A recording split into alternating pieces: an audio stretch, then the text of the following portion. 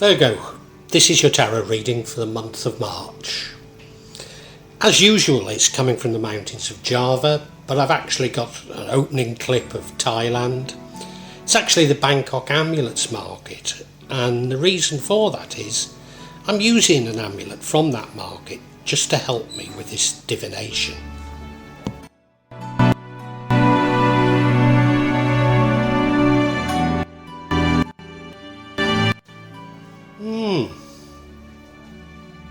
Not sure where this reading's going, to be honest with you, Virgo. Look at that central card, the King of Wands. He's a natural entrepreneur, he's a king of action. I think it's telling us about action, because this runs through the entire reading. So it would seem that maybe March is a month of action for you. Bottom right hand corner we have the Fool. You began a new journey in the recent past. You began a new journey with a wide-eyed innocence. There's nothing wrong with that, but of course it'll have its ups and downs. I don't know if that's impacting on you, the fact that there are challenges. I think it does, yes. I think maybe the challenges of this new journey are having an impact on you in March. Your current energy is that of the Page of Cups, seeking something new and creative, probably as a result of this new journey you've begun. Your future energy is the Seven of Swords, a card of betrayal. Now I'm certain that comes from the past. I'm certain it's to do with this new journey and it comes from the past. I also have a feeling that it may be more in your mind than a sort of objective reality, if indeed there's such a thing as an objective reality. And one of the reasons I'm seeing it that way is the card that leads to the outcome is you being reminiscent of the past, looking at your past failures and successes and trying to extrapolate the future from that, but maybe putting up barriers as a result. And now what would change the outcome, and I see the outcome as a very good outcome, but what would change it is the Knight of Wands. So we've got this another card of action. He's brave, he's fast, but he's a little too fast. He rushes into things a little bit too much. And maybe that's a warning. Because as I say, I see the outcome as a very good outcome, the Wheel of Fortune, that a cycle is ending and a new one is beginning. So is that the cycle of the Fool that's ending, or is it just referring to this new cycle? It should bring with it luck. So I think it's a good reading, but we need to unpack it quite a lot.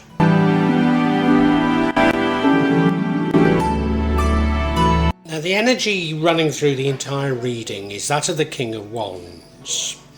Now, as I say, he's a very entrepreneurial king. You look at him, he's powerful, isn't he? He's sitting there dressed beautifully on that wonderful throne, got that wand or stick firmly held in his hand. Knows what he's doing, knows why he's doing it. Someone that you'd respect, really.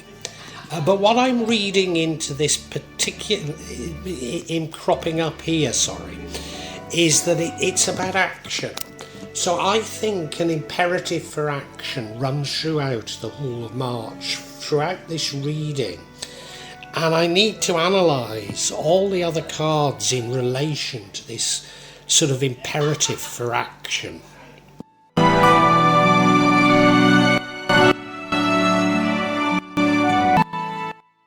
Now, in your recent past, we have the Fool card. This suggests that you began a new journey. Now, tarot is all about cycles and learning from cycles. And I can certainly see a very distinct cycle within this reading. But I don't know if it's referring to, because the end of the reading is the end of a cycle. But I don't know, and the beginning of a new. But I don't know if it's referring to this new beginning or the end of this cycle that you started as the Fool. So the Fool goes off on a new journey with a wide-eyed innocence. And there will be problems. I mean, you look at him, he's got, the sun's shining, he's being blessed, his little dog's running behind him. Everything he owns is on that stick on his back, and he's not got a care in the world, and he's about to step off a cliff. And this is what happens on journeys, Doesn't mean to say you shouldn't go on them, you shouldn't do it. We learn from our mistakes. We don't need to be guarded. It's good going off with this wide-eyed innocence, but don't expect everything to go perfectly. That's all.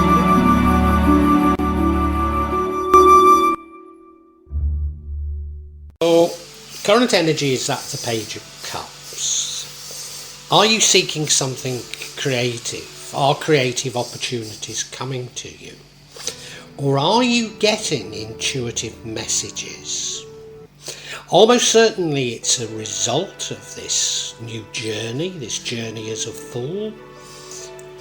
Do you know, I think it might be creative messages that are coming to you. I mean, maybe you're doing something creative, maybe that's what the journey is, that you've turned over a new life, as it were, and exploring something much more creative. It might simply be that. But an interesting card to have here.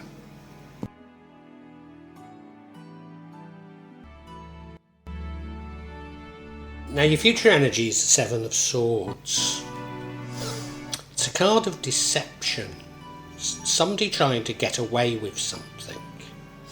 They know they're doing wrong because look, you look at the card. He's looking behind him. He's left two swords as well, hasn't he? He hasn't taken them all.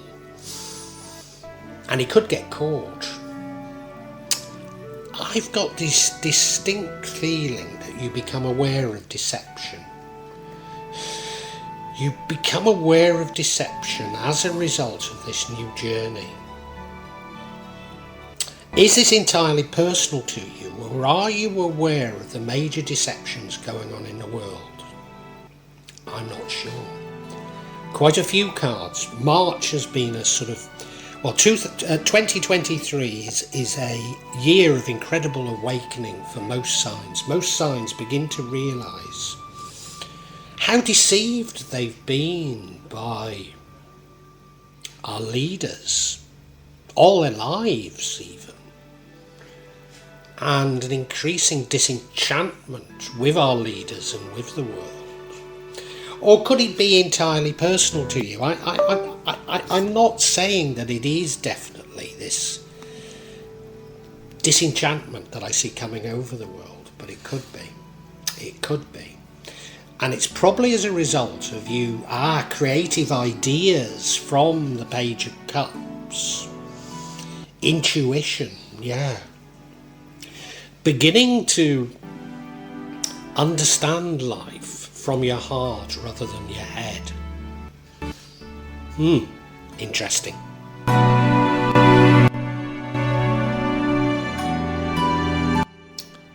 And the energy impacting on the outcome is the Nine of Wands. This is a reflective card, looking at what's happened in the past. Both the highs and the lows, the goods and the bads, and looking at how you've dealt with it. Almost attempting to sort of learn from the past, not to repeat past mistakes. But also, that the positive side would be to learn from what went well. But there is a danger in this card of you putting up barriers. Although given that this impacts on the outcome, I'm not certain that you are. No, maybe you're just being reflective. And of course that reflection probably would lead you to understanding deceptions, whether they be personal or global.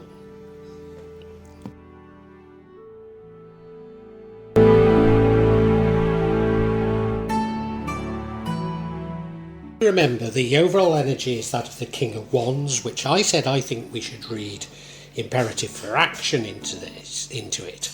And now we have a very, very action-oriented card, the Knight of Wands. He's brave, he's fearless, he's fast. You look at him, that horse is going so fast and he's rushing into battle armed only with a stick. Now, given we've got that deception card, and I think you're becoming aware of some sort of deception, I think this is a warning not to react too quickly. Bide your time, think about what's going on. It's not saying don't react, it's just saying don't do it too quickly. Because I see the outcome as a good outcome, and this would change the outcome.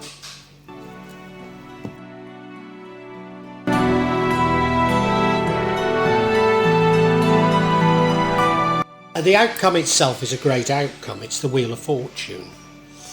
So it suggests to me that a cycle is coming to an end and a new one is beginning.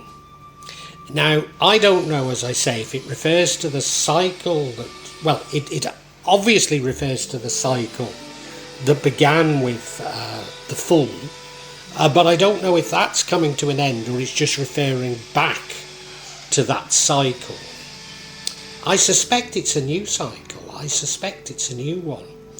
And it should bring with it good luck. So if you can avoid rushing into things and making hasty decisions, a new cycle is beginning. And if you remember, I talked about sort of global events and what's going on in 2023. I do see 2023 as being a cycle ending and a new one beginning. So I still don't know if this is personal to you or about things that are going on in the world. Probably, even if it's personal to you, what is personal to people is partially as a result of what's going on in the world. So we can't discount that.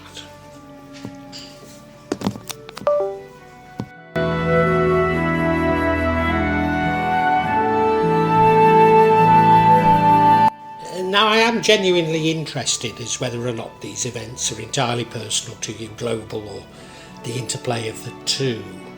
So, if I can get some clarity on this Seven of Swords, this deception card, maybe I'll find out. Although, looking at the cards, I'm not certain it gives us a definitive answer to that. But does it matter? Maybe not. The first card we have is the Six of Swords. Moving on and dumping baggage. So certainly, as I felt before, the past was very influential in this deception. The next card is the Magician card. Normally it's about manifesting, but I can't help but feeling it's about magic. And the final card is the Six of Wands. You scoring some victories and being publicly recognised for those victories. So let's look at each individually.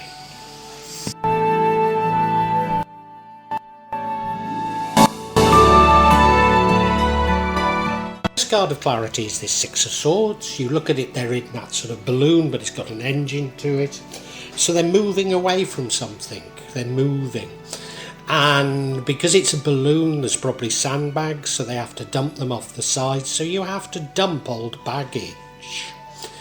And now remember that it's clarifying this deception card, and also remember there was that Nine of Wands, this reflection. So this deception is from the past, and you're being advised to forget about it. Oh, not necessarily, to release it. Whatever feelings you have about this deception, just release it and move on with your life, and things will get better through this Wheel of Fortune.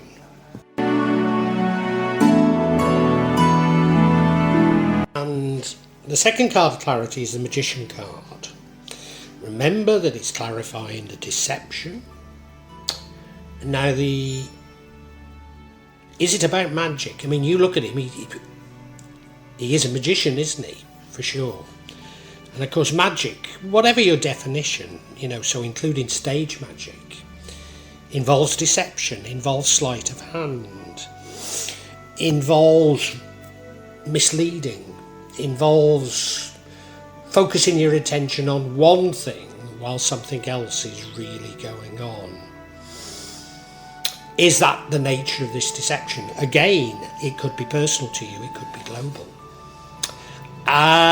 Or the traditional view of it is it's about manifesting. And has what you've been manifesting, what you've been wishing for, also been a deception? You know, maybe you've wanted material things and it's not brought you happiness. Now, I don't wish to suggest that asceticism and poverty brings happiness. I mean, it can do. But for sure, those people whose lives are full of possessions are the most unhappy because they just want more and more. It's insatiable. So have you been deceiving yourself in terms of what you want out of the world? And March is this great realisation for you that that isn't what you really want.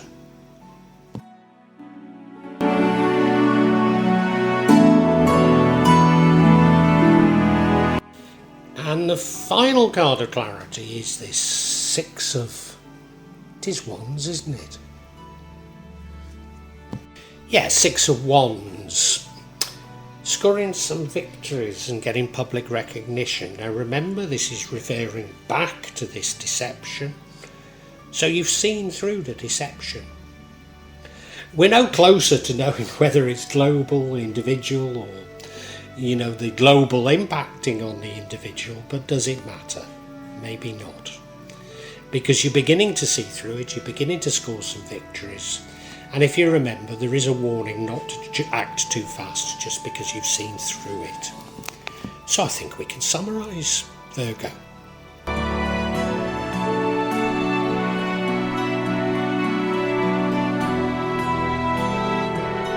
Virgo, this is a fascinating reading for March for you. It's all about action, but there is a warning not to act too fast on things. It's also about cycles beginning and coming to an end. And what is causing this cycle to come to an end and a new one beginning is you seeing through a deception. You're seeing through a deception that was created by sleight of hand, by misdirection. But the critical thing for you to learn from it and begin a new cycle, which will bring with it good luck, is you releasing the baggage and moving on. That's not to say you don't share your understanding of deception with others, but don't react too quickly to it. Don't react too quickly. Just bide your time. Let a new cycle begin. Now, Virgo, I can't tell you whether this deception and what all that's going on is entirely personal to you, or it's to do with world events. Because certainly 2023, for all signs, is scattered with what's going on in the world. And even if things are personal, we cannot discount that it's the global events impacting on personal life. So, for example, since the health crisis, the rate of marital breakdown and divorce has increased substantially.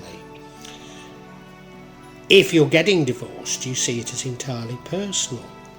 But we can't discount the psychological impact of the health restrictions, particularly maybe stuck in a house with your partner 24/7 and, you know, if in Indonesia for months on end.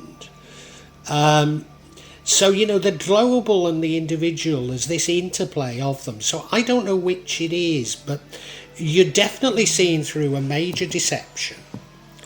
And you're just being told, not keep it to yourself for now, but don't react too quickly to it. Don't react too quickly to it. And if you don't, a new cycle begins which will bring luck for you. So it's good news.